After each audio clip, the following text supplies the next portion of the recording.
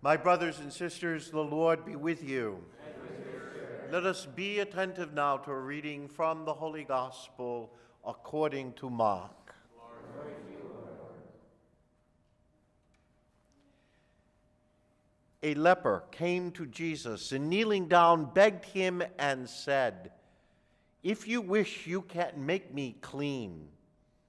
Moved with pity, he stretched out his hand, touched him, and said to him, "I do will it, be made clean." The leprosy left him immediately, and he was made clean. Then, warning him sternly, he dismissed him at once. He said to him, "See that you tell no one anything, but go show yourself to the priest and offer for your cleansing what Moses prescribed. That will be proof for them." The man went away and began to publicize the whole matter. He spread the report abroad so that it was impossible for Jesus to enter a town openly.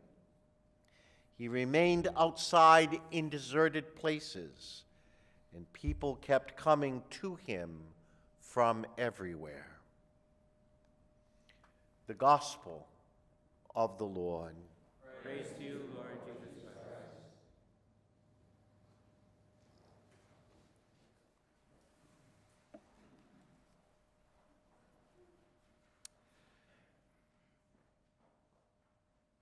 Readings about pustules and blotches and leprosy on a weekend which celebrates marriage and the great gift that the sacrament of matrimony is for the church and for the world.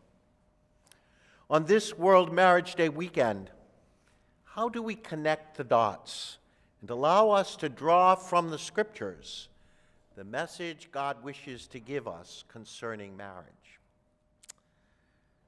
Got to be honest with you, I found myself thinking long and hard about this early this week.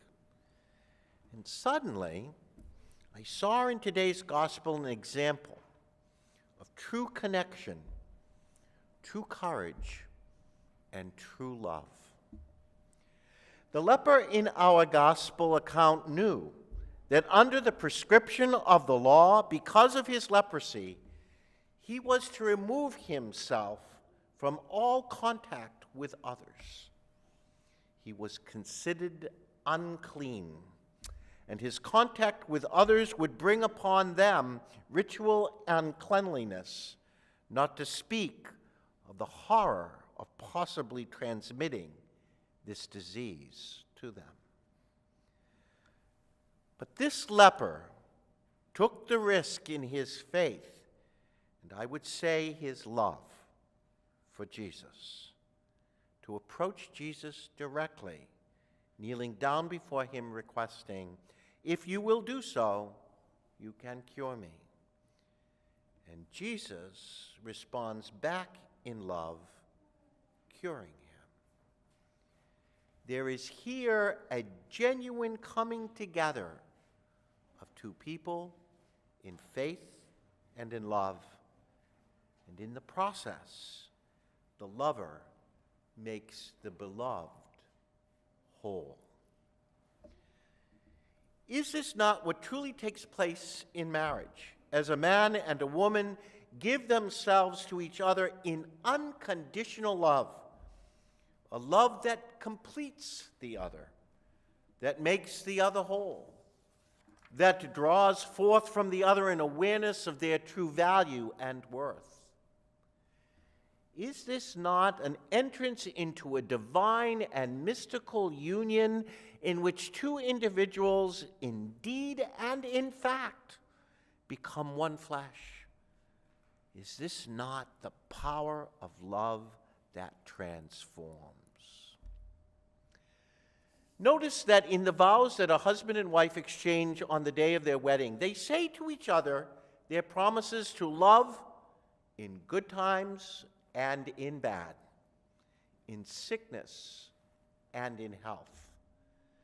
We are talking here about a love that goes beyond just the physical attraction experienced between two people. Here is a love that continues as both husband and wife grow older, as the wrinkles appear, and as the hair turns gray.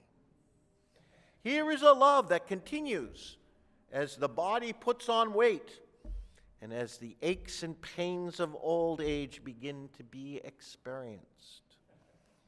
Here is a love that is freely given as one spouse becomes burdened with sickness and the other spouse finds himself or herself caring for his or her beloved. Just this past week, I celebrated the funeral of a parishioner who was just such a truly wonderful man, a man whom I considered one of my saints. Over the past 5 years, he has dealt with a debilitating disease similar to Lou Gehrig's disease.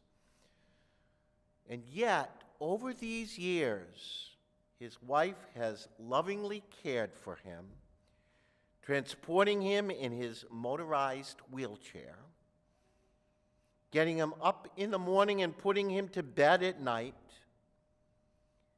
feeding him, bathing him. I could go on and on.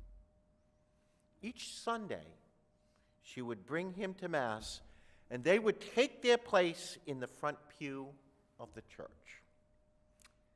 I can't tell you what a powerful witness of love these two presented to me and to the whole community. Here is loving in the difficult times, in the times of struggle, in the times of pain. Here is what true marriage, sacramental marriage, is all about.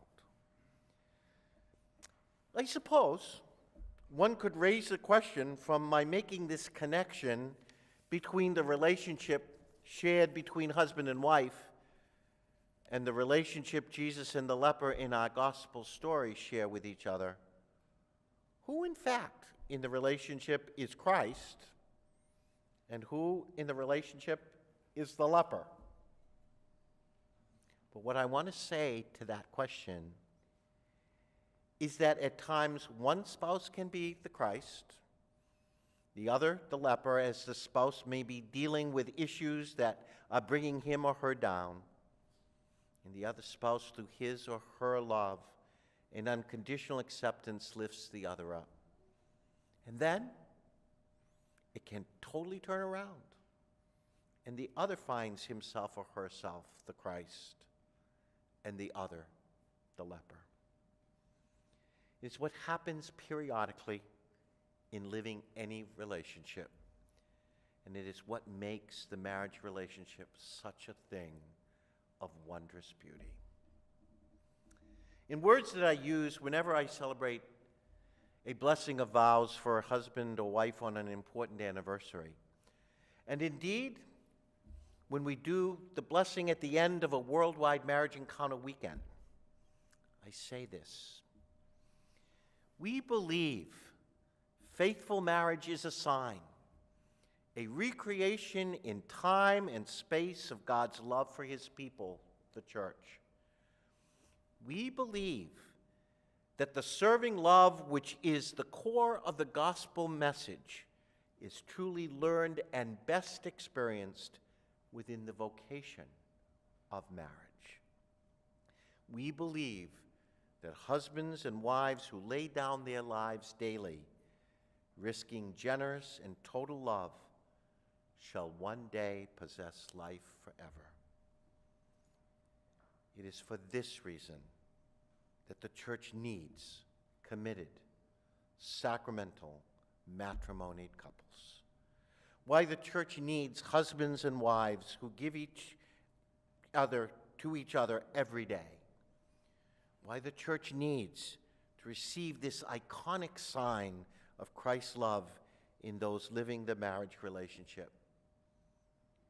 For it is through them, indeed it is through all of you, my dear friends, that Christ continues to heal, to serve, to love, and to make whole me, you, and the whole church.